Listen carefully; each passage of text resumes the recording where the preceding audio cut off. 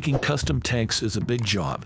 When you need a container of that size, you want to be confident that you have the right material, measurements, design, and manufacturer.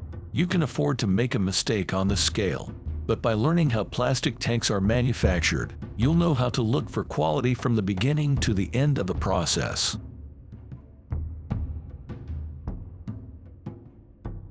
Plastic tanks are so versatile because they're less likely to react with what's inside. Many chemicals will clash with and corrode metal tanks, and plastic makes often more financial sense. Plus, there are plenty of different kinds to choose from, with variable characteristics for your project. Plastic is lightweight, strong, and is more flexible design-wise than other options. Really, the only factors that limit plastic tanks are the most extreme temperatures and the chemical resistance chart. Once they're in use, plastic tanks are much more easily repaired than those made from metal and ceramics. Once you look into it, you'll come to realize that pretty much everyone needs a plastic tank for something. Liquids need to be contained and transported in endless industries, including agriculture, petrochemical, gas, oil, water treatment, chemical, food, beverage, recycling, manufacturing, electroplating, biomedical, pharmaceutical, semiconductor.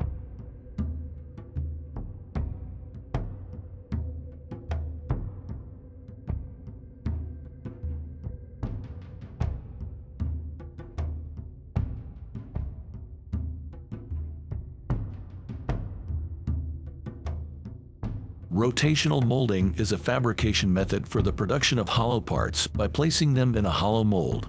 Once the powder resin is placed in the mold is rotated.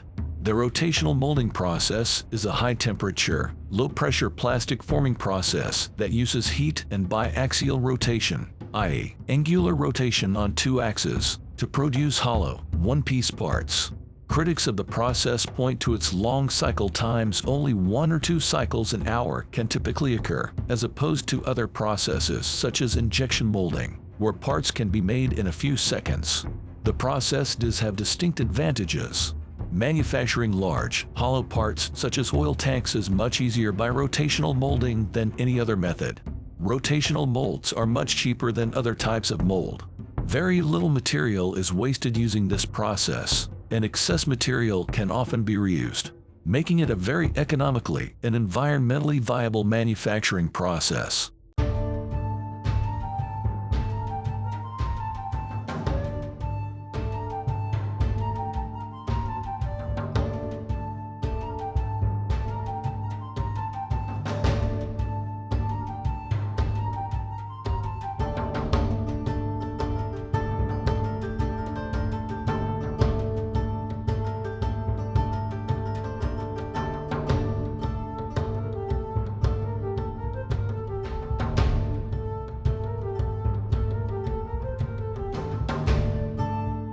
The first step in the rotational molding process is to load the plastic powder polymer into the mold chamber. The amount of polymer determines the size of the plastic water tank and the thickness of its walls. A release agent is coated on the walls of the mold to make the removal of the molded plastic water tank easier. There is some confusion regarding the description of rotational molding being seamless, since there is a line that goes completely around the mold. Rotation molds have a top and bottom that are joined prior to its coating and the loading of the polymer powder. When the top and bottom are bolted together, there is a small offset between the halves that is visible when the finished product is ejected. Regardless of the perceived seam, all rotational mold plastic water tanks are a single leak-proof piece.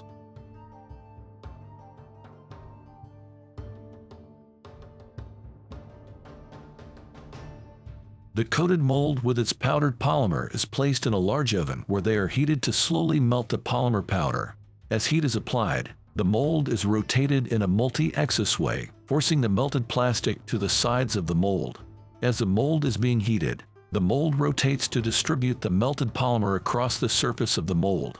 The efficiency of the process evenly disperses the material such that it reaches the required thickness for the container and shapes and defines it.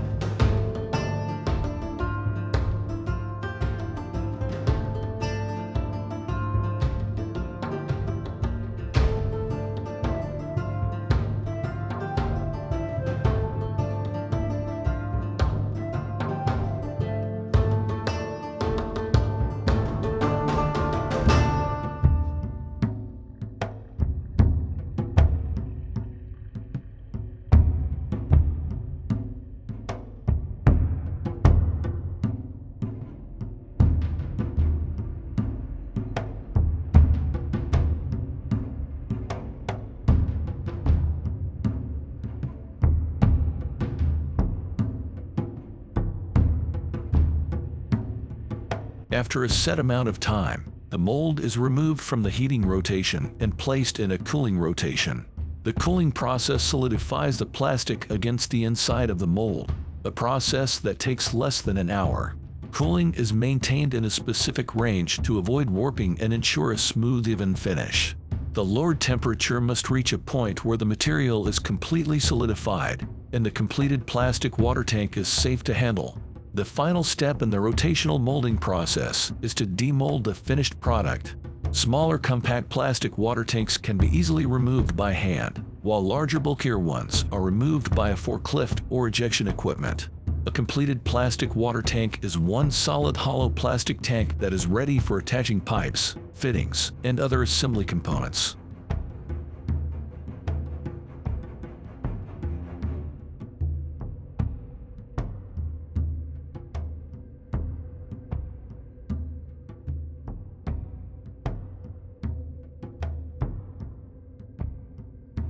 Until recently, the process largely relied on both trial and error and the experience of the operator to determine when the part should be removed from the oven and when it was cool enough to be removed from the mold.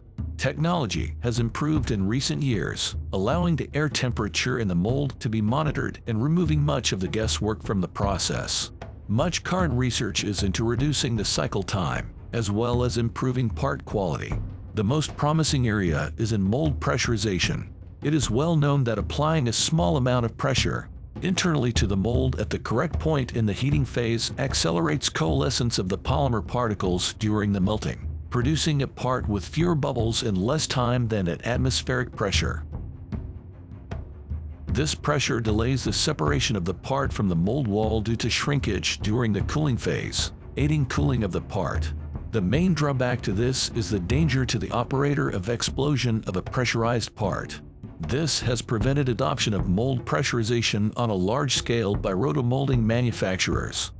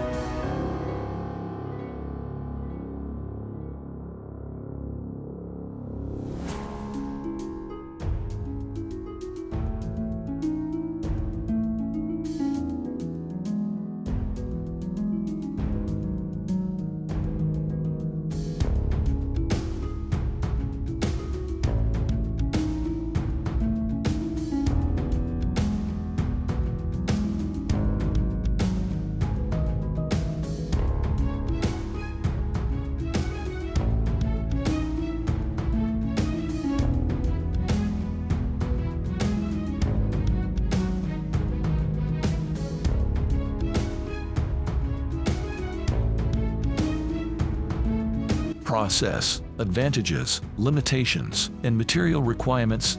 Advantages. Rotational molding offers design advantages over other molding processes. With proper design, parts assembled from several pieces can be molded as one part, eliminating high fabrication costs. The process also has inherent design strengths, such as consistent wall thickness and strong outside corners that are virtually stress-free. For additional strength, reinforcing ribs can be designed into the part. Along with being designed into the part, they can be added to the mold.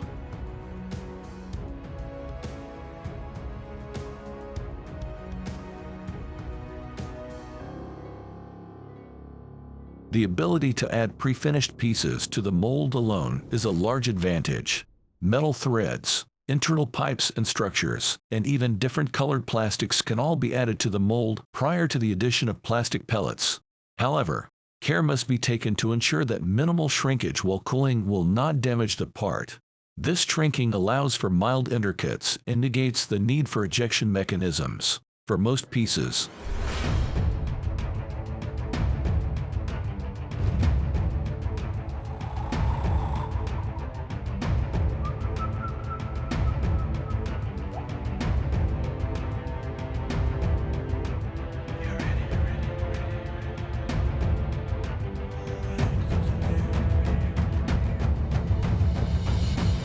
rotational molding can be used as a feasible alternative to blow molding with products such as plastic bottles and cylindrical containers.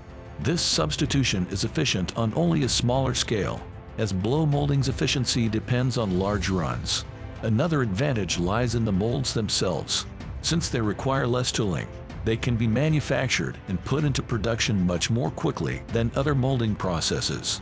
This is especially true for complex parts, which may require large amounts of tooling for other molding processes. Rotational molding is also the process of choice for short runs and rush deliveries. The molds can be swapped quickly, or different colors can be used without purging the mold. With other processes, purging may be required to swap colors. Due to the uniform thicknesses achieved, large stretched sections are non-existent, which makes large thin panels possible, although warping may occur. Also, there is little flow of plastic, stretching, but rather a placing of the material within the part. These thin walls also limit cost and production time. Another cost advantage with rotational molding is the minimal amount of material wasted in production. There are no sprues or runners, as in injection molding, and no offcuts or pinch-off scrap, as in blow molding. What material is wasted, as scrap or from failed part testing, can usually be recycled.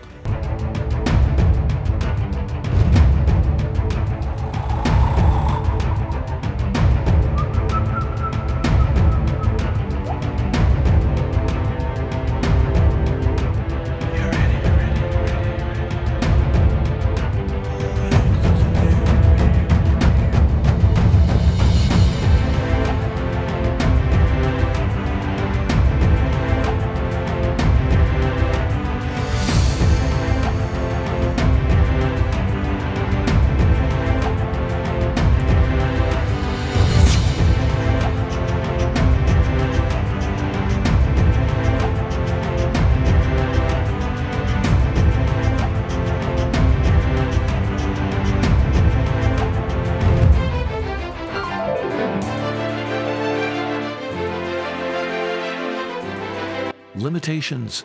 Rotation molded parts are subject to restrictions that are different from those of other plastic processes.